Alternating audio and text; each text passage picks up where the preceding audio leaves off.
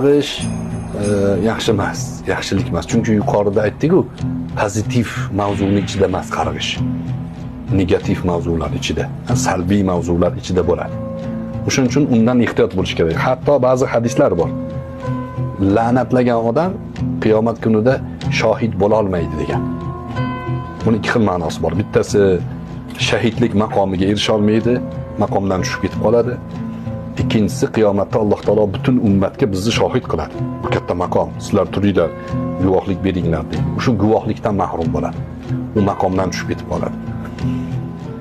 Qarg'ish ayollar haqida kelgan hadislarda tanqid qilingan. Payg'ambar alayhissalom ayollarga aytganlarki, sizlar tavba qilinglar, men jahannamni ko'rdim. Aksariyati ayollar ekan deganlarida ayollar hayron bo'lgan. Ya Rasululloh, nima sababdan ayollar ko'pi jahannamga ketadi? Deganda takfurnal ashira va tuksirnal la'na deganlar. Sizlar eringlarga nonko'rlik qilasizlar va la'natni ko'paytasizlar. Mana shu sababli deganlar.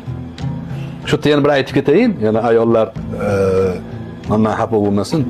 Jannatda ham ayollar ko'p bo'ladi.